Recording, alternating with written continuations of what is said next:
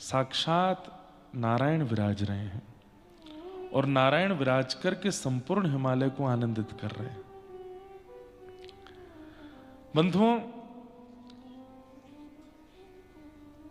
तप की प्रथा सतयुग त्रेता द्वापर में रही, पर कलयुग में लोग तप नहीं करते। क्यों? क्योंकि कलयुग में व्यक्ति भजन कर ले वही बहुत बड़ी बात है, नाम कर ले वही बहुत बड़ी बात है, सेवा कर ले वही बहुत बड़ी बात है, तब तो बहुत दूर की बात हो जाती है। सामान्य भगवान का छोटा सा नाम वो बोलने में जब हमको आलस हो जाता है तो तब तो बहुत कठिनाई से होता है।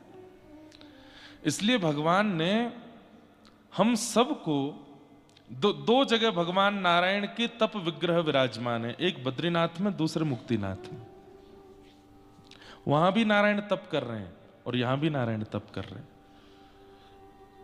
बद्रीनाथ में तप करने का विधान क्यों है, क्यों कर रहे हैं तप? कर्म की पत्नी का नाम है तपस्या।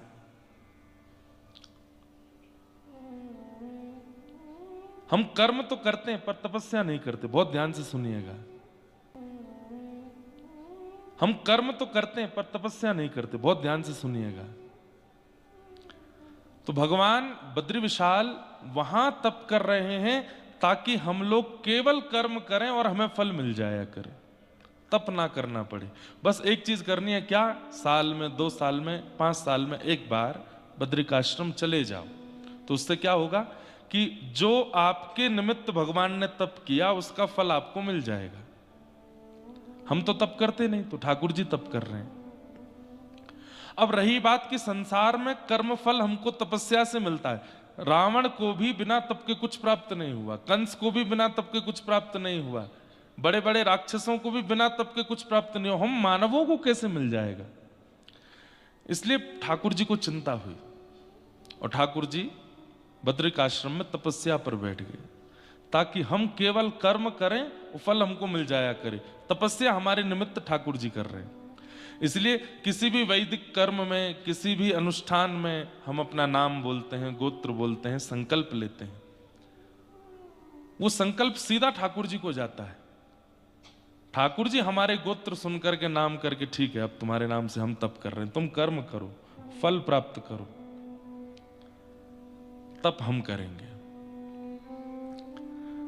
लेकिन तब भगवान को चिंता हुई कि संसार में कर्म फल तो इसको मेरी तपस्या से मिल जाएगा, पर मुक्ति, मेरी प्राप्ति इसको हो उसके लिए भी तप करना पड़ेगा, ये वो भी नहीं करेगा।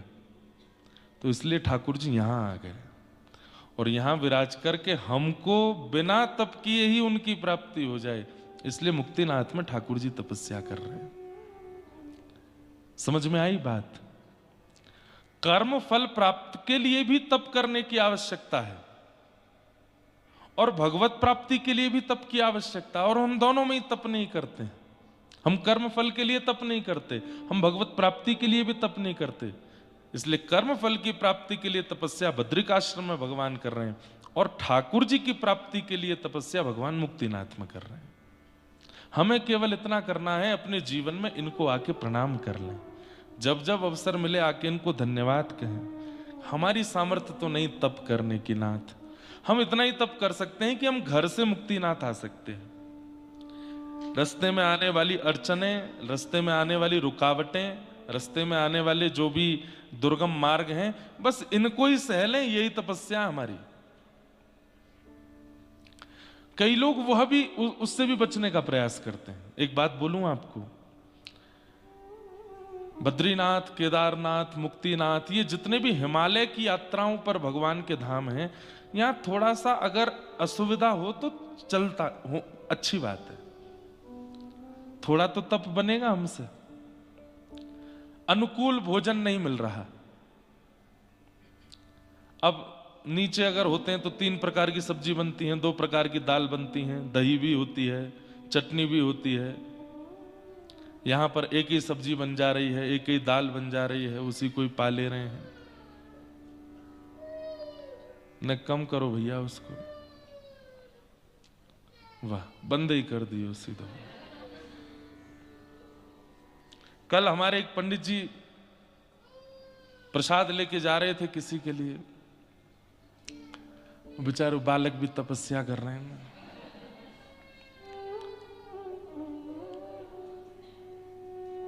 तो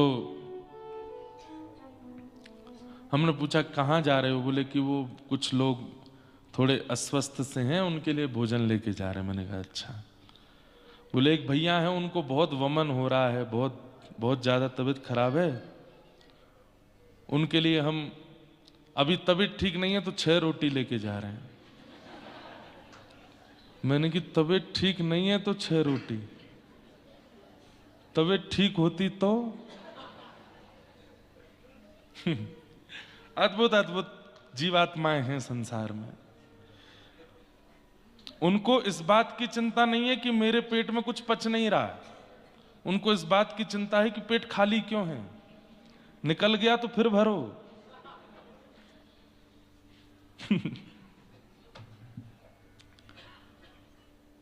अद्भुत है।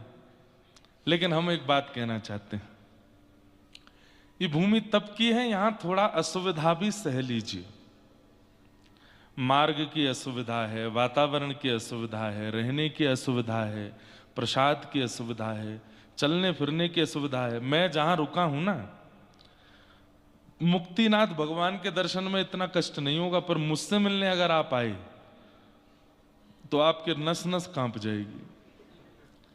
5वीं मंजिल पर हूं और लिफ्ट नहीं है वहां पे। 4-5 राउंड तो हमारे ही लगते हैं ऊपर नीचे। एक हमारे पंडित जी हैं, वो एक सीढ़ी चढ़ते हैं फिर रुकते हैं, फिर दूसरी चढ़ते हैं फिर रुकते हैं, तीसरी चढ़ते हैं फिर रुकते हैं। मैंने कहा आप अपना इतना ध्यान क्यों रखते हो? बोले अपना थोड़ी रख रहा हूं, आपका रख सकूं इसलिए अपना रख रहा हूं। मैंने कहा बहुत बढ़िया। एक पंडित जी हैं हमारे, वो तो जब से आए हैं बस कथा मंडप और कमरा, कौन से मुक्तिनाथ, उनको यही नहीं पता दिशा कौन सी है मंदिर की। तो अद्भुत है, पर थोड़ा सह लीजिए। यहां पर पालकियां भी हैं, यहां पर घोड़े भी हैं। एक बात कहें, धाम के प्रति सबसे बड़ा अपराध क्या है? कि धाम में आते ही 24 घंटे हो गए और आपने धामी का दर्शन नहीं किया। ये सबसे बड़ा अपराध है। और उस अपराध का एक ही फल होता है, पूर्व के पुण्य नष्ट होते हैं। ये जबरदस्ती नहीं लाए गए हैं इन धामों में। कई लोग हमारे इस परिकर के हमसे परेशान रहते हैं, महाराज जी जबरदस्ती क्या दिक्कत है, बंबई कलकत्ता में चल तो रही है कथा है, क्यों मुक्तिनाथ ही जाना है इनको, क्यों बद्रीनाथ ही जाना है? क्योंकि हमें पता है कि हम संसार में जो कर रहे हैं कथा के अलावा, उसके अलावा हमसे भजन तप भाव कुछ बन नहीं रहा है।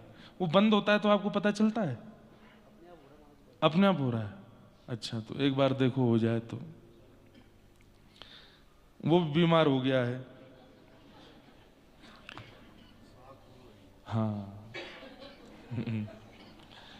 तो यहां थोड़ा सह लीजिए, अच्छा है सहना। रोटी अगर अनुकूल नहीं बनी है तो जैसी बनी है पा लीजिए।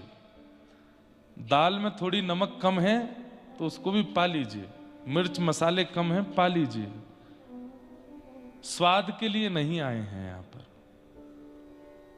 कम कर दीजिए थोड़ा, हरि के लिए आए हैं।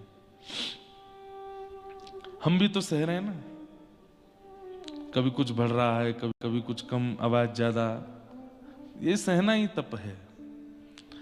तो थोड़ा तप कीजिए। ये स्थान तप के लिए हैं, हम इससे ज्यादा कर नहीं सकते। पर मैं आपसे निवेदन करूं, तप के कुछ विधान हैं। 2 प्रकार के तप हम सब कर सकते हैं, एक तो मौन और एक अन्न। ये 2 तप हम सब कर सकते हैं। हमने तो नियम ले लिया मौन का, आज सुबह से हम बोले नहीं, अभी बस कथा में ही बोले हैं। अब कथा के बाद फिर मौन हो जाएंगे सूर्यास्त तक। कोई बहुत विशेष, अच्छा मौन का भी एक नियम होता है कि कोई बहुत विशेष सन्मुख आ जाए, विशेष मतलब हरिजन, हरि भक्त, तो फिर मौन रखना भी नहीं चाहिए, तो फिर बोल लेना चाहिए। नहीं तो फिर अपराध बनेगा। कोई कोई बहुत बड़े महापुरुष सामने खड़े हैं और आप फिर भी मौन रख रहे हो, तो उनसे बात भी कर लेनी चाहिए। अन्न का तप, थोड़ा अन्न भी उसमें ज्यादा गरिष्ठ गर्विष्ठ मत पाओ। और यहाँ की जो पहाड़ पर्वत श्रृंखलाएं, थोड़ा टोपा उपा लगा के सोल वोल पहन के बैठ जाओ एकांत में। धूप में बैठो तो मुंह पे कुछ लगा लेना, नहीं तो जैसे सांप की कांचरी उतर जाती है ऐसी पूरे ये कांचरी उतर जाएगी। यहाँ की धूप बहुत तेज है, इसलिए जब धूप में बैठो तो कुछ मुख पे लगा लेना। और जब संध्या के समय बैठो तो कान नाक थोड़ी ढक के बैठना, हवा भीतर बर्फीली ना जाए, और नेत्र बंद करके बस ध्यान करना,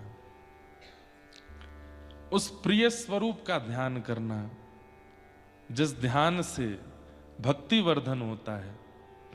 नाम रूप लीला और धाम, चार बातें ध्यान से सुनो। सबसे पहले ध्यान की विधा में है खूब नाम करके ध्यान में जाना चाहिए। खूब नाम करो, और जिस नाम को कर रहे हो उसकी छवि चित्त में बनाते रहो। हरिशरणम हरिशरणम हरिशरणम यदि जप रहे हो तो हरि ये जो पीछे विराजमान है इस छवि का ध्यान कर लो। शंख चक्र गदा पद्म है, गरुण पर विराजमान है, मंद कमल जैसे नेत्र हैं, कमल जैसा मुखमंडल है, कमल जैसी जिनकी सर्वांगीण अंग की स्थिति है, ऐसे हरि उनकी मैं शरण में। हरि शरणम जब जब बोलो तब तब हरि सामने खड़े और मैं उनको प्रणाम कर रहा हूं। हरि शरणम, इस प्रकार हरि शरणम नाम जपो। युगल नाम कर रहे हो, राधे कृष्ण कृष्ण कृष्ण राधे राधे, राधे श्याम श्याम श्याम राधे राधे। तो इसमें चिंतन क्या करो, यमुना जी का तट है, पावन गिरिराज जी की तलेटी है, बहुत सुंदर सघन वन है, सुंदर व्रज की रज है, और श्री प्रिया प्रियतम दोनों विहार कर रहे हैं। कभी वंशी बजा रहे हैं, कभी रास कर रहे हैं, कभी मान कर रहे हैं, कभी दान कर रहे हैं। इस प्रकार युगल नाम करते समय युगल की जितनी स्थितियां आपको अनुभव में है सब स्मरण कर लो। अष्टाक्षर मंत्र कर रहे हो जो गुरु प्रदत्त वैष्णव मंत्र है, उस मूल मंत्र को करते समय शालिग्राम भगवान का स्मरण, नारायण का स्मरण, सदगुरु का स्मरण, आचार्यों का स्मरण, गुरु परंपरा का स्मरण, सबका स्मरण करते हुए ध्यान में जाओ। नाम जप के रूप का अनुसंधान, लीला का अनुसंधान और धाम का अनुसंधान, ये चार भाव एक साथ होंगे तब ध्यान लग पाएगा। नाम, नाम से रूप, रूप से लीला और लीला से धाम, इन चारों का स्मरण करके जब आप ध्यान में बैठोगे अद्भुत आनंद होगा। आधा घंटा, 1 घंटा, 40 मिनट, 2 घंटा, जितनी देर बैठ सको बैठो। वहां नहीं बनेगा जहां से हम आए हैं, वहां ध्यान नहीं हो पाएगा। यहां हो जाएगा, यहां हो जाएगा, क्योंकि यहां के वातावरण में ध्यान है। यहां पर धामी ही ध्यान कर रहा है, इसलिए यहां ध्यान हो जाएगा। ध्यान कीजिए। शाम को आज हम लोग कहीं मिलेंगे एक जगह पर और वहां नारायण कवच का पाठ करेंगे सब लोग। कल विष्णु सहस्त्र नाम, ऐसे करके रोज कहीं ना कहीं एक जगह स्पॉट चुन लेंगे, वहां मिलकर के कुछ नाम किया करेंगे। जब मंत्र उच्चारण चले तो जिनको आता है वो करना, बाकी के लोग सुनना, और फिर स्तुति के विश्राम में फिर कीर्तन करेंगे। ऐसे करके एक संध्या के सत्र में भी मिलन जैसा सबसे हो जाएगा। कल आपने कहा कि स्त्रियां शालिग्राम की सेवा नहीं करती। हमारे घर पे 5 पीढ़ियों से स्त्रियां ही सेवा में हैं। नेक्स्ट हमारी बारी है तो क्या करें? अब मैं कोई अपने मन से बात नहीं कह रहा हूं, पर यज्ञोपवीत के बिना शालिग्राम जी को जब स्पर्श किया जाता है तो उनको वज्रघात के समान पीड़ा होती है। ऐसा उनको लगता है जैसे मानो कोई वज्र लगा रहा हो। तब इसका एक मुक्ति क्षेत्र महात्मा में आज सुबह पढ़ रहा था, अभी मुझे मिल नहीं रहा वो श्लोक, वहां पर एक बहुत सुंदर भाव बताया कि जैसे घर में अगर कोई शालिग्राम जी की सेवा करने वाला ना हो केवल स्त्रियां ही हैं, बिना यज्ञोपवीत धारण करने वाले कोई व्यक्ति हैं, तो वो क्या करें? स्पर्श ना करें, केवल दर्शन करते हुए मानसी में उनकी सेवा कर लें, स्पर्श का भाव ना रखें। शालिग्राम जी को चित्त में विराजमान करके वहीं उनका स्मरण कर लें।